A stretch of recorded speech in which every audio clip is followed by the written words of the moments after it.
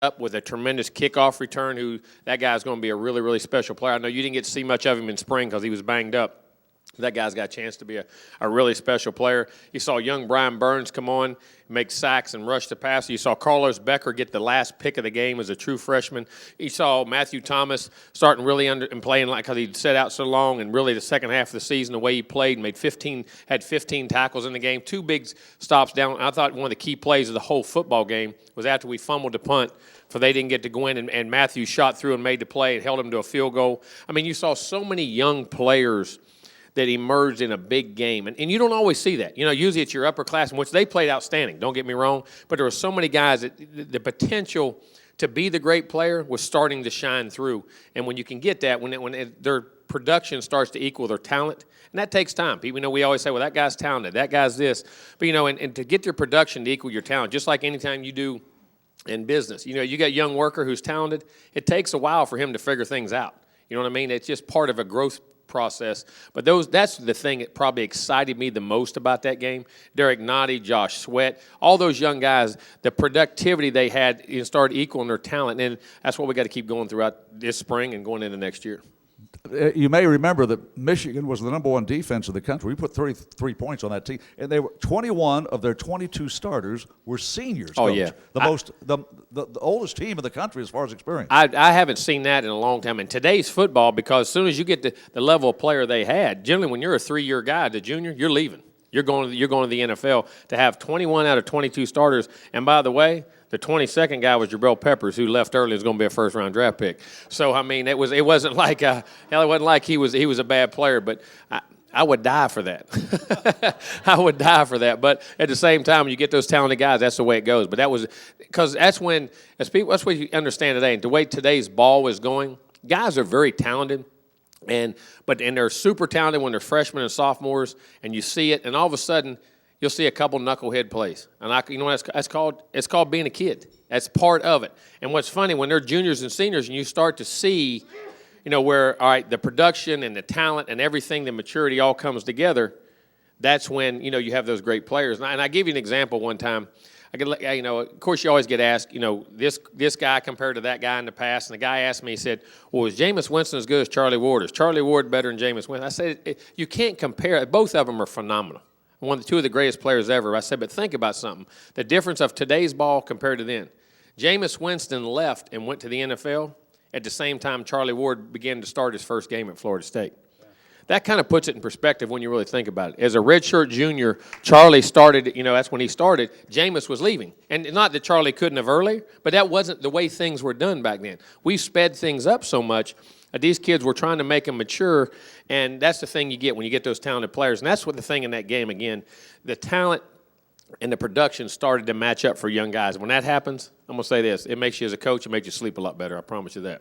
Coach, the Orange Bowl game, the final game of the season, obviously a great way to kickstart the 2017 season. You come off a huge win over the number 6 ranked team in the country, and you beat them by outscoring the best defense in the country. How did that play over into the spring? Did you see some carryover into the spring? You really did. I mean, you started to see confidence in guys, and they went on the biggest stages. I mean, you come down at the end of you won the game against Florida. You beat your big rival. You beat Michigan. Guys, a lot of young players started to, as I say, it's that it moment where you look in the mirror and you say, something, I can do this.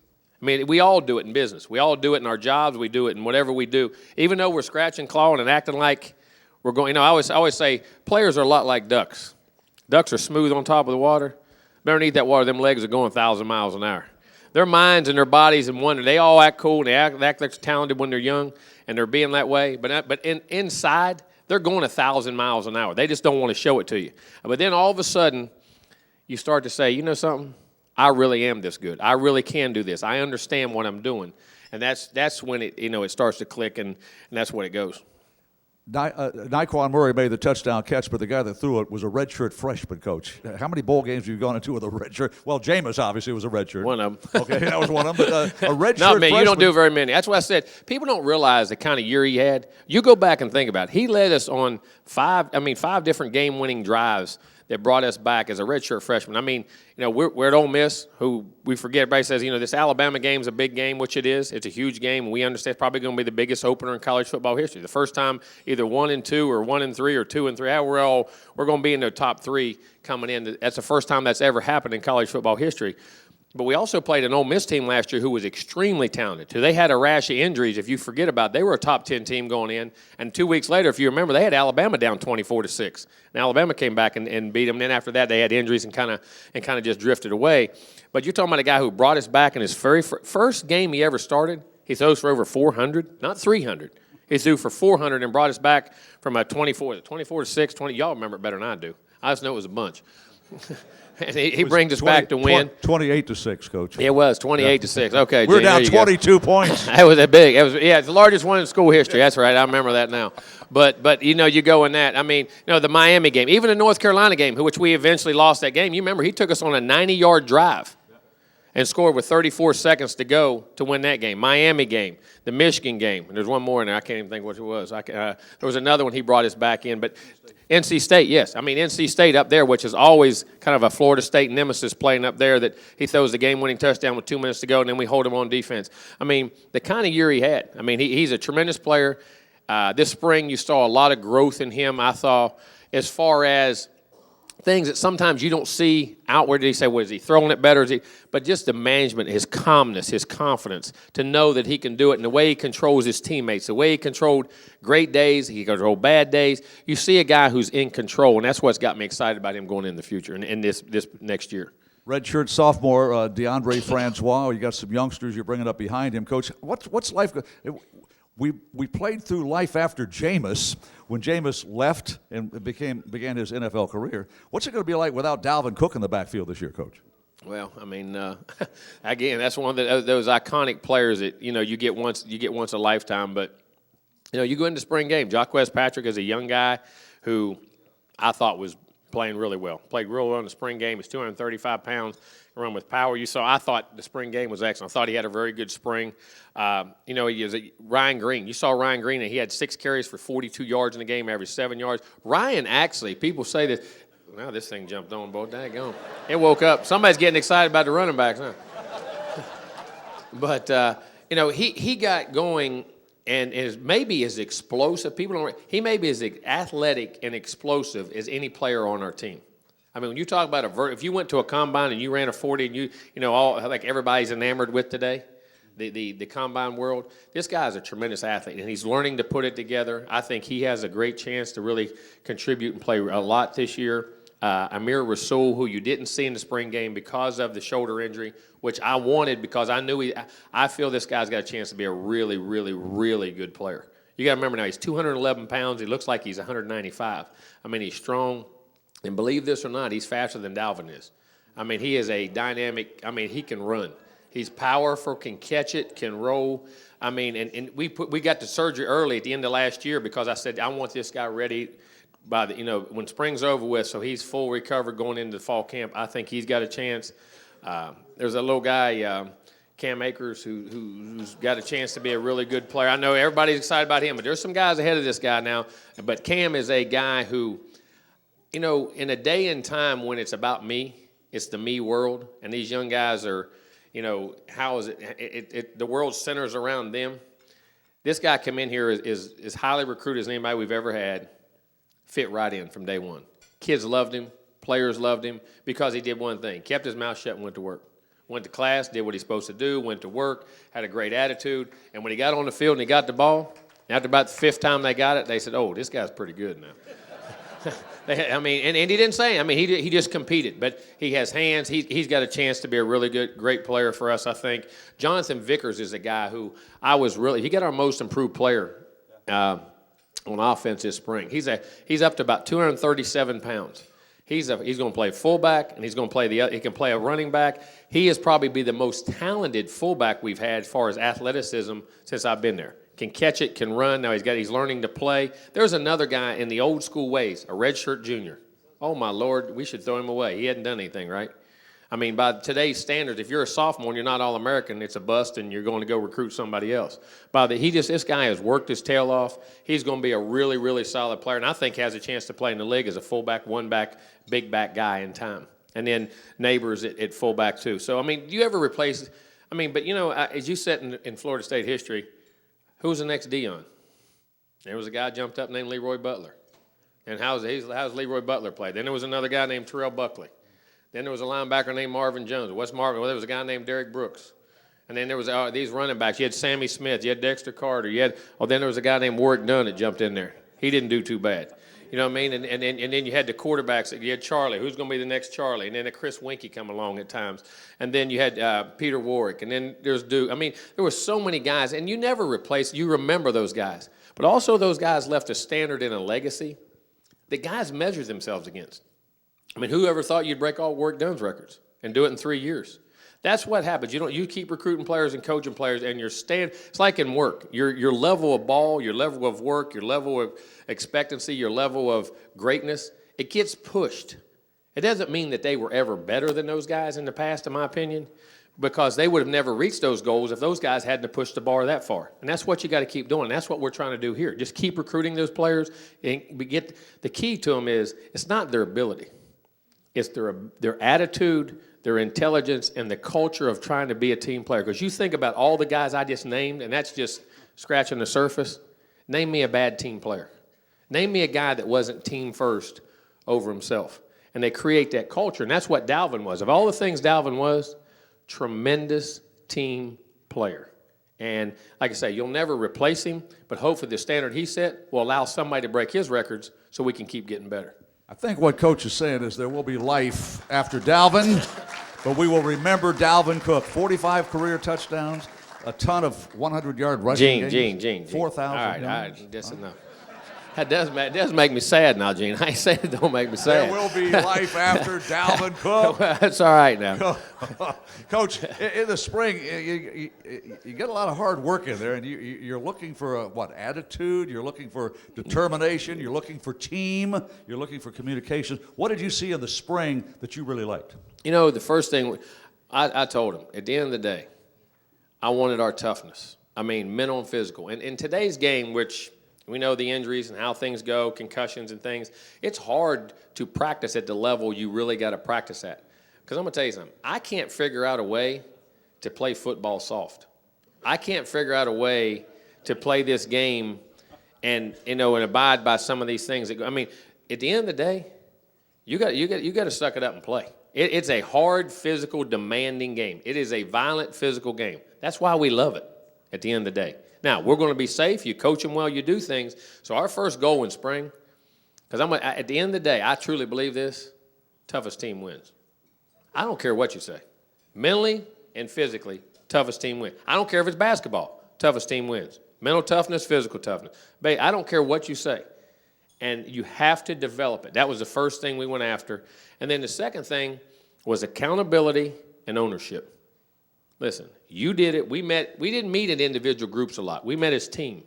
Because a lot of times you get in your individual group and you meet in practice and you go in your meetings and that kind of group, well, hey, buddy, I know you're trying. We're going to – no, we met as a team. Because I want them to understand football is the greatest team game there is. I love watch basketball. I love baseball. I love them all. But football is the greatest team game. You cannot function. In basketball sometimes you get two great players, man, and a bunch of – you can go. Football, it doesn't work. You got to have it across the board, the timing, the rhythm, the things that go on. And we sat there as a group and watched 11-on-11 film, what I call, which is all of everybody did. I ran the meetings. All right, you didn't do it. Why? What do you mean why? What's the worst thing kids have today? Think about school. Think about everything you do. I got two kids at home. One will be 16 on Monday, and the other will be 12 in about 2 weeks. Okay, and I'm actually describing them to a T. Okay. Tell me why that happened. Well, I don't know. No, tell me why. Were you wrong? Take accountability for what you do. Take ownership of what you do. I got to tell them, the greatest day in your life is when you realize who you are and take ownership for everything you do. When you do that, you'll have a chance. And that's the one thing we're trying to pound on these kids because they've been recruited highly. Everybody, y'all got them, y'all in the recruiting service, they're going to make All-American by the time they're sophomore. They've won 3 national championships. 2 of them won the Heisman. 1 of them's won the Thorpe. 1 of them's won the Butkus. 1 of them, I mean, we all want that. But the same day, there's a lot of, this doesn't happen by accident. There's a lot of work in this thing. So 2 things. We wanted mental and physical toughness, accountability, and the ownership of what you do. And to sit there in front of your teammates and tell them, okay, I didn't do that. Why? Think about how many times, when I was a kid, my old man asked me why. It didn't come out of my mouth real fast. There was something in my mouth. Usually the back of his hand.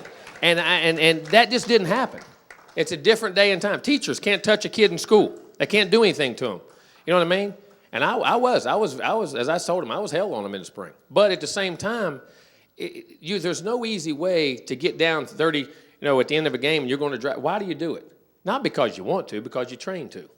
At the end of the day, your habits are going to come out. And today's time, the softness of our society and our generations, you got to create it. And that was the 2 things. Now, do I think we're there? Not all the way.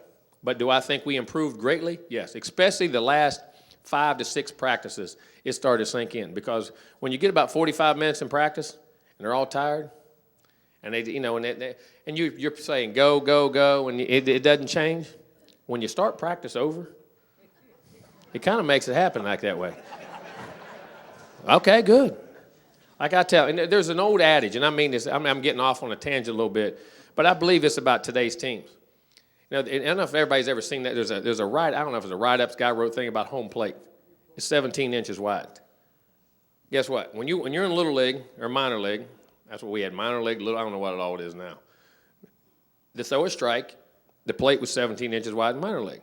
In little league, it was 17 inches wide. In Babe Ruth, it was 17 inches wide. In high school, it was 17 inches wide. In college, it was 17 inches wide. And in pro ball, it was 17 inches wide. So in other words, a strike doesn't change.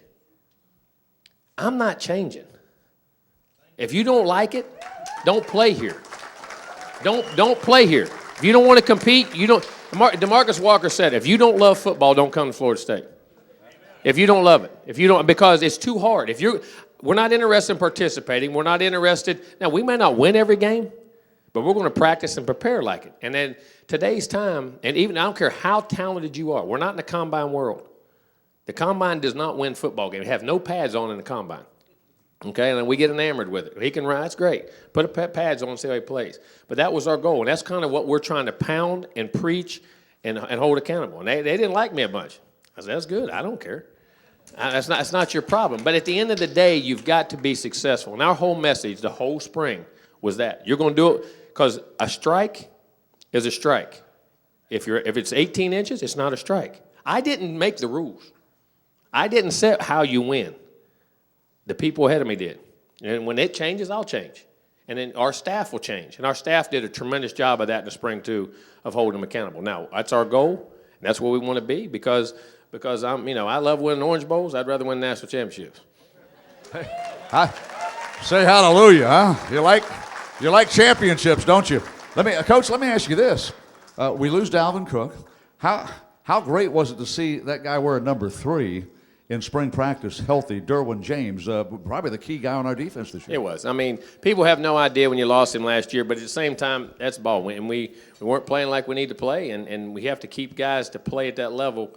But getting him back, they got their, as I say, their swagger or their mojo back. He gives them, I call it, certain players you have. Jameis had it. Dalvin had that, but on one side. But, I mean, there's very few guys you have that all of a sudden when they're on the field, everybody's better, not because of how they're playing, but because they're standing there. Because people know what they can do and how they can do it. I call it the Michael Jordan effect. I don't care what you did. You watched him on TV, didn't matter how bad he was playing, how bad. You knew at the end of the day, Mike was going to figure it out.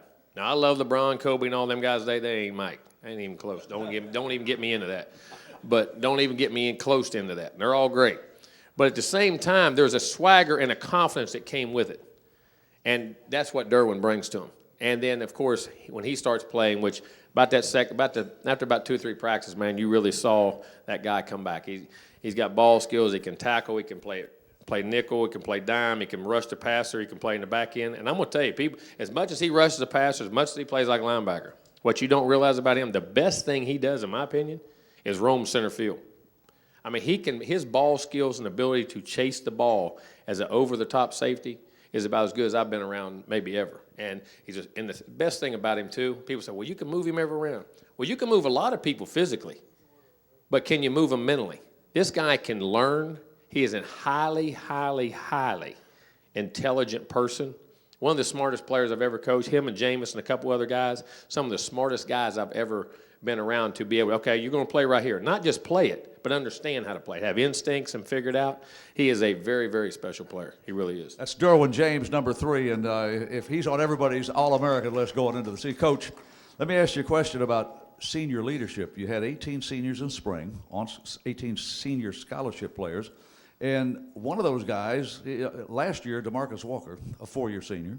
This year, a guy that wins the Heisman Trophy, which is the dominant player in spring practice, is a 4th-year senior, Jacob Pugh. Imagine that. Jacob Pugh. So experience matters in the game of football. What does Jacob Pugh bring in terms of experience to the defense? Very multiple guy, too. Can stand up and play outside linebacker, can play inside linebacker in a heartbeat, can go inside and play in a heartbeat, can get his hand in a three-point stance and rush the passers, a designated pass we call DPR on third down situations like we used to bring, we moved DeMarcus and those guys in. You let those lighter guys get on the edge, Burns and those guys. This guy is a player. He's strong. He's powerful. He can cover. Y'all see, he man-to-man coverage, it's phenomenal how he can cover. Get on the line of scrimmage, cover a tight end, which is extremely hard to do at that level. I mean, can do it big time. Him. And then another guy who had an outstanding spring. He didn't play the second half because he pulled his calf, but Derek Nottie. Derek Nottie inside is a guy who, about the middle of last year, it clicked.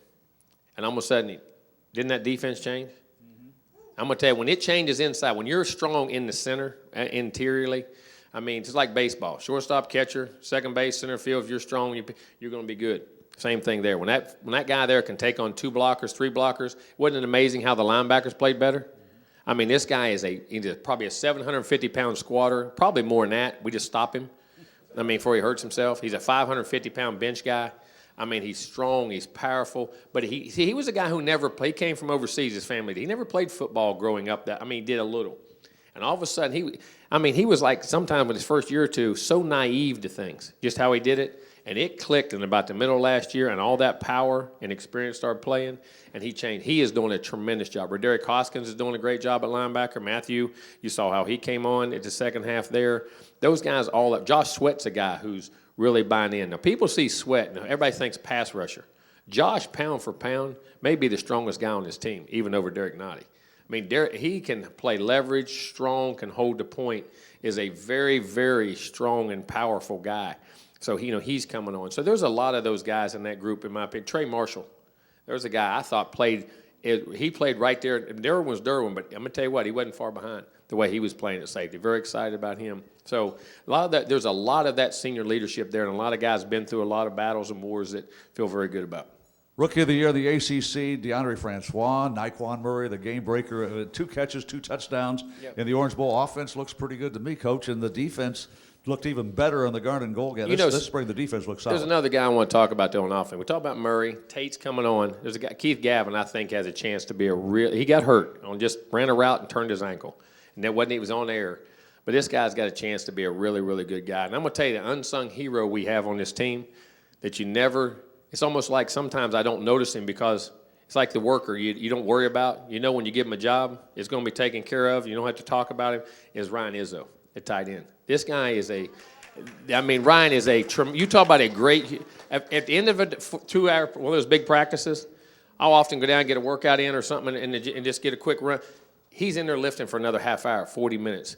He is a guy who dependability, accountability, he never misses a practice, he never misses class, everything you ever ask him to do, he does. And I'm going to tell you, his pass receiving skills have really evolved. He's doing a great job getting vertically down the field.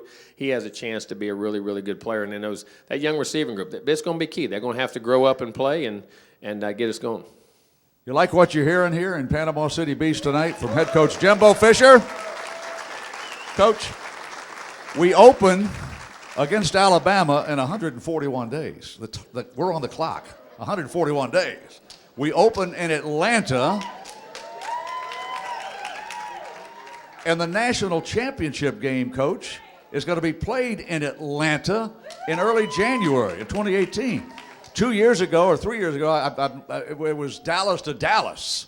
This year, could it be Atlanta to Atlanta? Well, listen, that's the plan. That's always the plan at Florida State, is to win a national championship. Whether you win them or not, but you got to be in that hunt, which we have always been. I mean, like I said, in 7 years, we've won 78 games, 11 games a year. We're doing a great job. But the goal is to get over that hump and get back in those championship games. But there's a lot of work. There's a lot of work to be done between now and then. This team is a very talented team, but it has some young parts that have got to evolve and grow. Then there's some older guys who have to take the next step. Then there's a little bit of luck. You got to stay a little bit of health. You got to stay healthy. You got to have the ball bounce right at the right times. But you make a lot of your luck if your attitude's right and you're tough son of guns. At the end of the day, that's what it gets down to. If you can do it, this team's going to be in the hunt. We have a chance to be a really special team.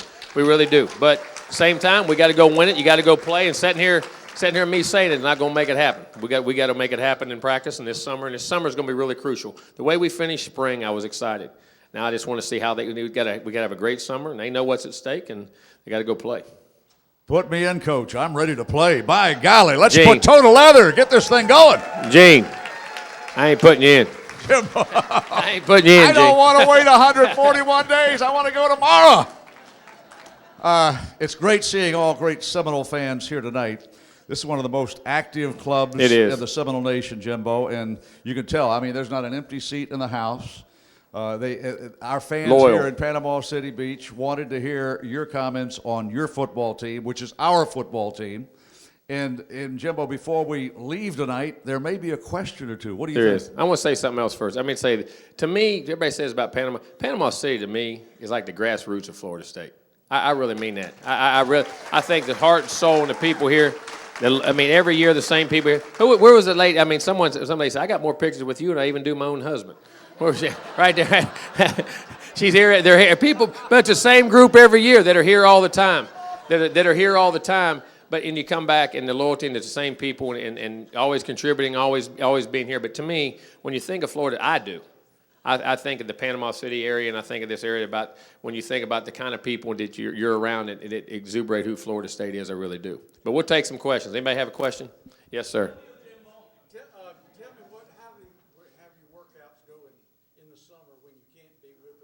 They're allowing you some more time with them now. I got to go back and make sure all these new rules and they're doing some change and they're going to free some things up a little bit. But it's a lot. There's a certain amount of time we just can't really have an organized football workout, but there's some running and things you can be out there too. But how do you structure it? And then there's some meeting time that you're allowed to have, which it has been new that we can ramp up in assignments. And then you turn into your senior leadership after the part that is required by them. Because that's the thing. Actually, people don't believe this. High school kids and their coaches can be together almost 3 times as much as college coaches with their kids in the summer. And that sounds crazy, but that's the truth. But that's where your senior leadership has to ramp up and the experience of your team to making sure the things are being done on their own. There's a lot of that. We don't require them to, but there's a certain section and culture that we've created there that they go do on their own. And that senior leadership is going to be very critical in that group. Anybody else? Yes, sir.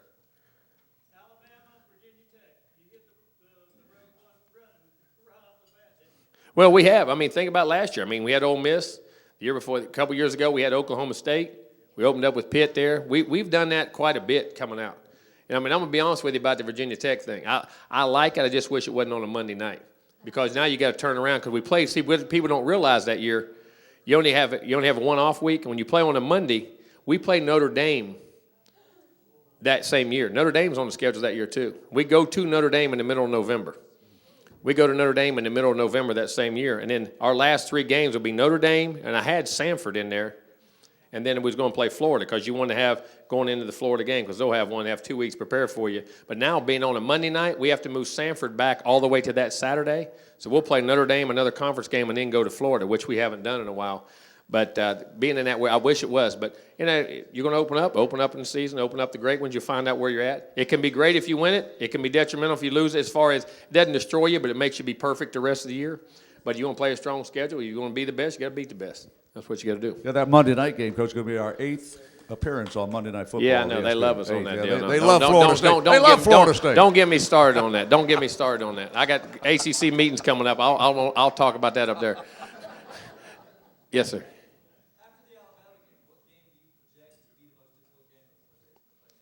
I mean, I think you go look at our schedule. I mean, we go ULM, then we turn around and play Miami. We play Miami the third game. That's another thing I don't like. I wish the Miami game was the first Saturday in October like it used to be every year and develop a rivalry and not move that game. We turn around and play, you got to forget, everybody calls in Alabama. We play Miami the third game that year. And they have two games that there's not a huge significant opponent in front of them. So they're going to have all summer. It's like a huge opener for them coming right back at us. Then NC State, we play 8 teams next year, believe this or not, that have 16 or more starters back. We play 8 teams that have 16 or more starters back. And then you got Louisville at home. You got to go to Clemson. You got to go to Florida. Pick one. and then all the ones in between. I mean, that's when you think about those games, you concentrate on those, but at the same time, in this league, what's changed this league people don't understand? Look at the coaches that now they're in this league. The coaching, and the other thing, quarterbacks. You realize the quarterbacks that are in this league. When you play great, I mean, Trubisky, I mean, he possibly could be the first pick of the draft. Deshaun Watson. You got Lamar Jackson, who won the Heisman. You played Brad Kaya down here. The guy at NC State, if either this year or the next year, it's going to be a first or second round pick. So, I mean, you go start grabbing a hold of that along with these other teams, the quarterbacks you go against. So, I wish I knew that answer to that question, make a long story short. I think it's going to be a heck of a schedule, but that's where you got to play it. And sometimes that's good for your team because it makes them focus in and just stay in that groove for the whole time. Yes, sir. Good. I mean, you'll get Eberle back in the summer. Eberle had a really good year. Dickerson will be back. Dickerson's a powerful athletic, is extreme. Dickerson will make a lot of money, big-time money in this game. Josh Ball, I was really happy with at left tackle. You saw playing that game. And a guy you didn't see play is a guy named Juwan Williams, who possibly could be the most talented guy we have up there. He's learning how to play. But this guy, the second half of spring, he banged his shoulder up. He is a very, very talented guy. Then you have Eberle. Then you have Bavion in there, along with Baselli inside at there we go. It goes away again, doesn't it? And then you got Baselli inside at center, who's doing a really good job, along with Martinez. Minshew, I thought, had a great spring. I really, and understanding pass blocking, being inside, and what you understand with the 3 space guys, it's not that they get beat inside. You can't get on different levels. And experience in the offensive line, it takes time to understand how you got to mesh together. And they did a great job of clearing that up in the spring. Ricky Leonard, who was doing it, he's played right tackle and left tackle. He got hurt. He got banged up in the scrimmage, and he got healthy. And then the day before the spring game, a guy fell on his ankle. 2 guys fell down and fell on the back of his ankle. He'll be fine, but missed that game. But he has a really good chance in there. And it's a good group. I mean, it really is. And I thought they made a lot of progress, and that's without having Dickerson and Eberle the whole spring because of it. Dickerson had the ACL, which he got hurt last year, but he'll be fine. And then Eberle has had the surgery on his hips inside that he played. People have no idea how hurt he was playing the whole last year. So getting those guys back, I think it'll be a good, solid group. I really do. Let's get a couple of more questions. I'm going to switch mics for the coach here. Here, try this one, Coach. Go ahead. I'll screw this one up. That sounds better.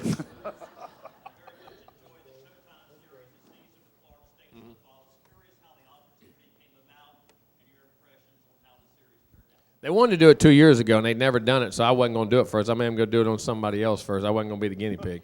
So, and then had to get it. But, I wanted to do it. People say, was it distracting? It really wasn't.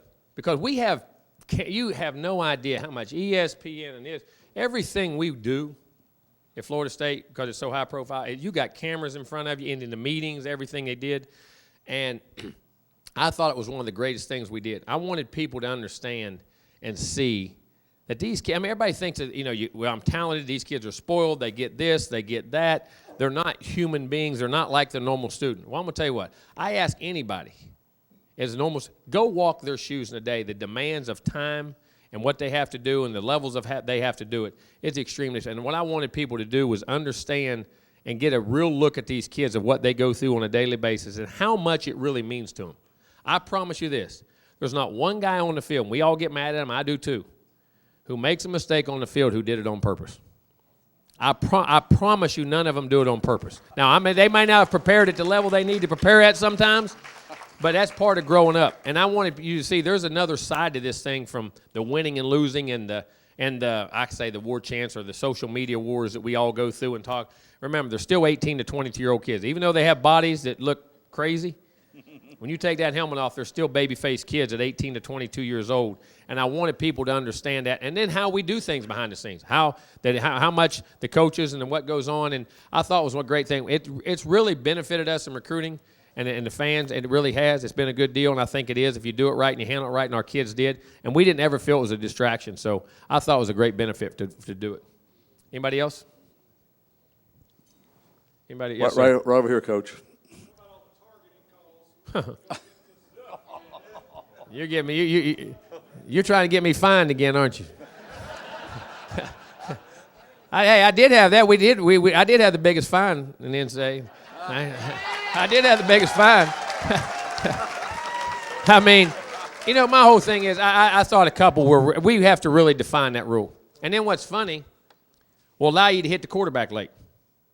I mean, I went through it. He got hit 30. They called 8 of them. There was 24 different times. Of all the main, when he got banged up, if you go back and look at it, I don't care. I mean, he took some shots playing. Every time he did was an illegal hit. That was the main injuries that he suffered were all illegal. I'm going to have a talk about that when we go up there, too. I think protecting, and that's great. I mean, the targeting, I think because listen, football's under an assault to a point.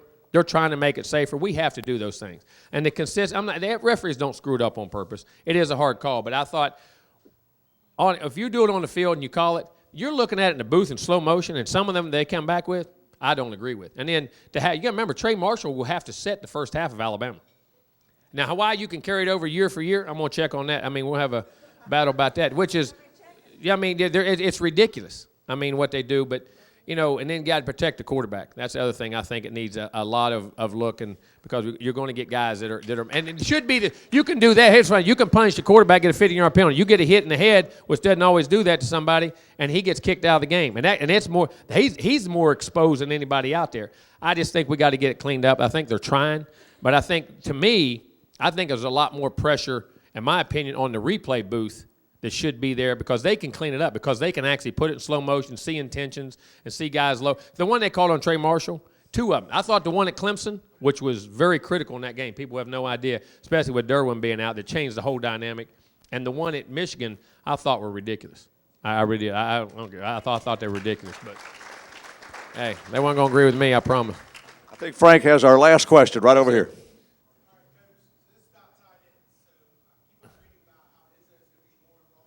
Mm-hmm.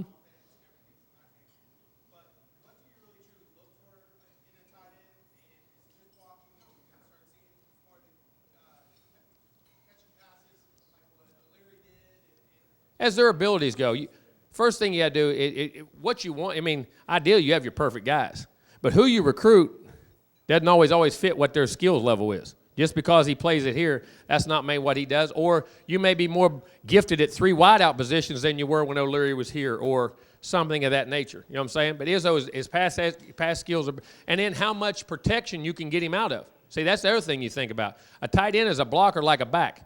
So when you go free release him and spreading him out, that's great. But at the same time, you're giving up edge protection. You're giving up, that's like they say, left tackles and those rush ends in the NFL, why left tackle's so good. Well, the NFL, if you ever look, they're always in a right formation. It's not like college football because the ball's always in the middle of the field. And why you never get the best pass rushers happen to go to the other side and the best tackles are, because when there's a tight end there, how they block and release can make a big difference in the passing game when you really do it. But saying all that, you have to fit their skill set, and as they grow into, not that they can't do it, but if you're asking them to block, do this, do that, sometimes they have to evolve to keep putting more on their plate each year. I think he'll be a really good player. Maven's can be a good player. The young guy, I'm going to tell you, the other guy Trey McKitty, the young kid coming in, going to be special. Young kid coming in is going to be really good too. So Izzo caught the ball nice. He caught 18 and 20 balls last year. Hopefully he'll get into that 35, 40 range, because I think in the effectiveness in there. And you saw in the spring game, I believe they caught probably 6 or 8 balls in the game. It was pretty good in a limited game. So we got to keep growing there, and I think they're ready to do that. I was very pleased with Izzo's progress in that area. Seminoles, thanks for having us come to your hometown and talk with head coach Jimbo Fisher. Thank you very much for coming out this evening and supporting Florida State University athletics. Jimbo Fisher, thank you very much, Coach. Look forward to seeing the Noles in action against Alabama on September the 2nd. Thank you very much. Have a great evening and a great off season.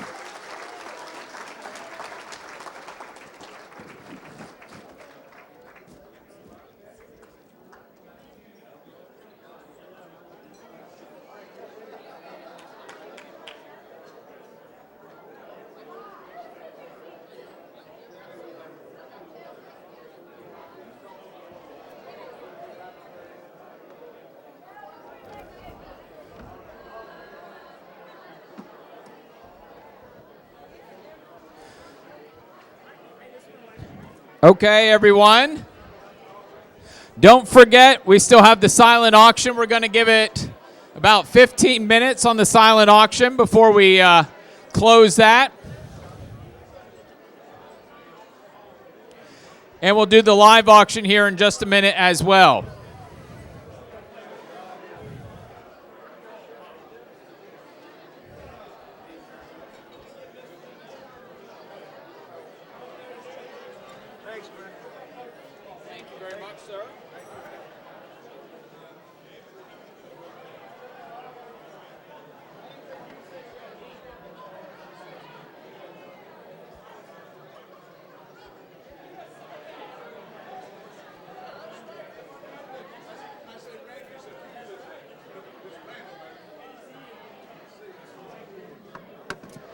Coming up in just a little bit, we're going to have the live auction. We have dinner.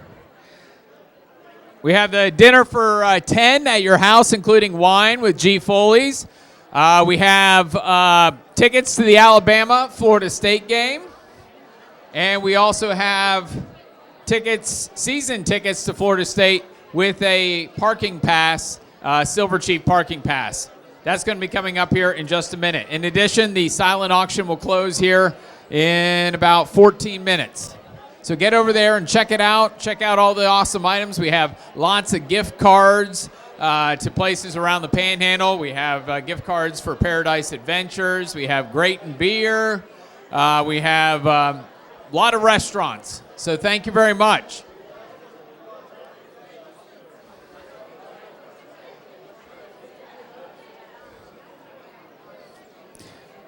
Don't forget about Brandon over there in the back. He has his auction going on right now. We have auction items over here. Miss Ellen's over there with all of her jewelry.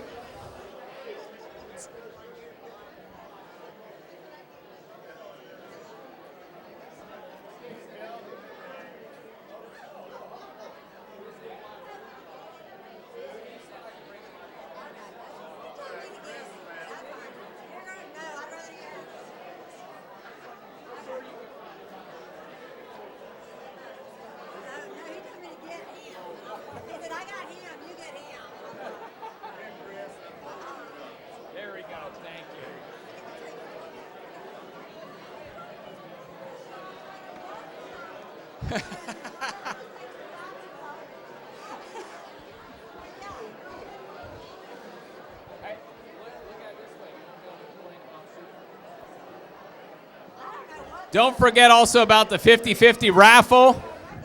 50-50 raffle right here down front. Mike Walsingham is the person to see. I got my tickets right here. Don't forget to get your 50-50 raffle tickets as well.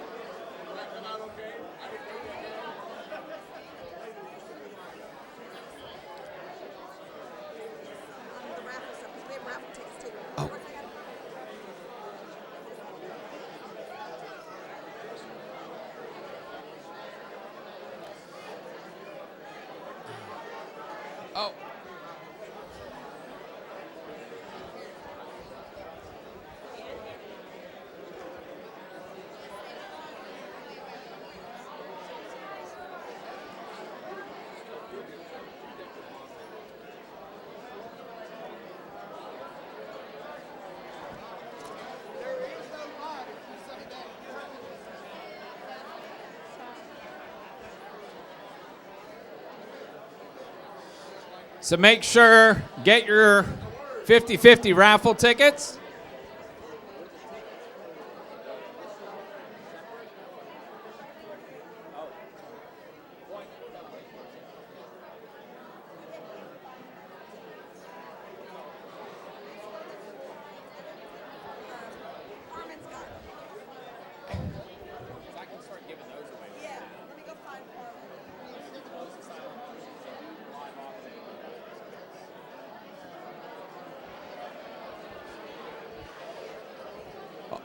Also, make sure to find that little white ticket that you were given when you came in tonight. That is your raffle ticket. We're going to give away some door prizes here in just a moment.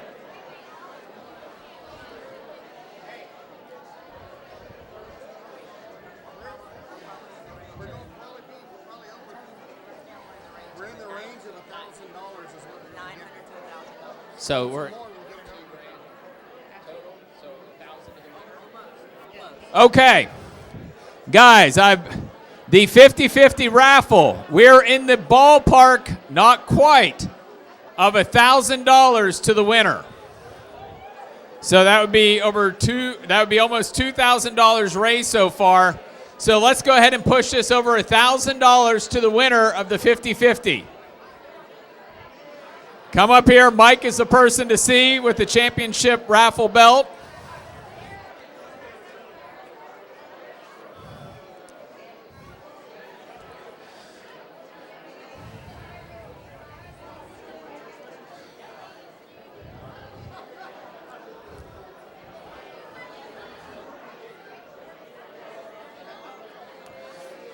Thanks again to all of our patron table sponsors tonight.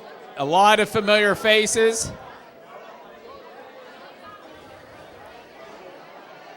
We couldn't do this night without your support or do all the stuff that we do for FSU in Tallahassee as well as in Panama City.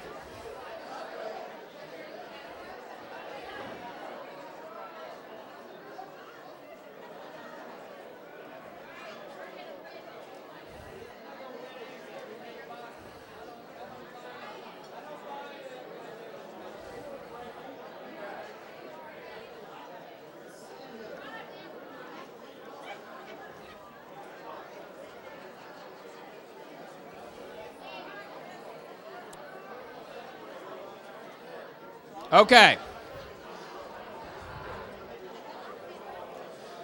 So we're just under $1,000 to the winner of the 50-50. Now we're giving out door prizes. These are these tickets right here. What's item number 1?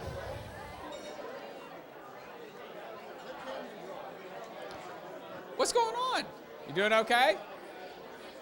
This is a book, a Coach Bowden book, looking back at his career at Florida State.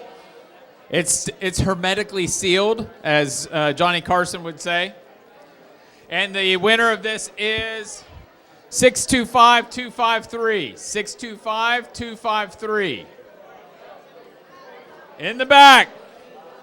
Nice. I guess so. Here, Connie, if you want to give me the...